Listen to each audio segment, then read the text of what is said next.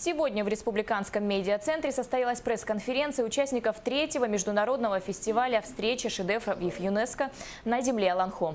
Якутяне стали счастливыми свидетелями особенного феномена, когда впервые в мировой истории на одном творческом форуме встретились представители 10 народов и явили миру сокровища своей традиционной культуры. Такое мнение высказали участники конференции. Советник республики Андрей Борисов доволен тем, что на открытии фестиваля на территории местности Артадайду простой народ, сельчане смогли лицезреть уникальное культурное наследие народов мира.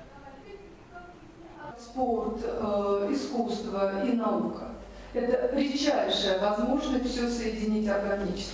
В общем, будем честны, обычно бывает либо спорт, либо искусство, либо наука. Вот так, чтобы это было соединено и работало вместе в комплексе, как нечто единое, дополняющее, перетекающее одно в другое. Это чрезвычайно редко. Это действительно так.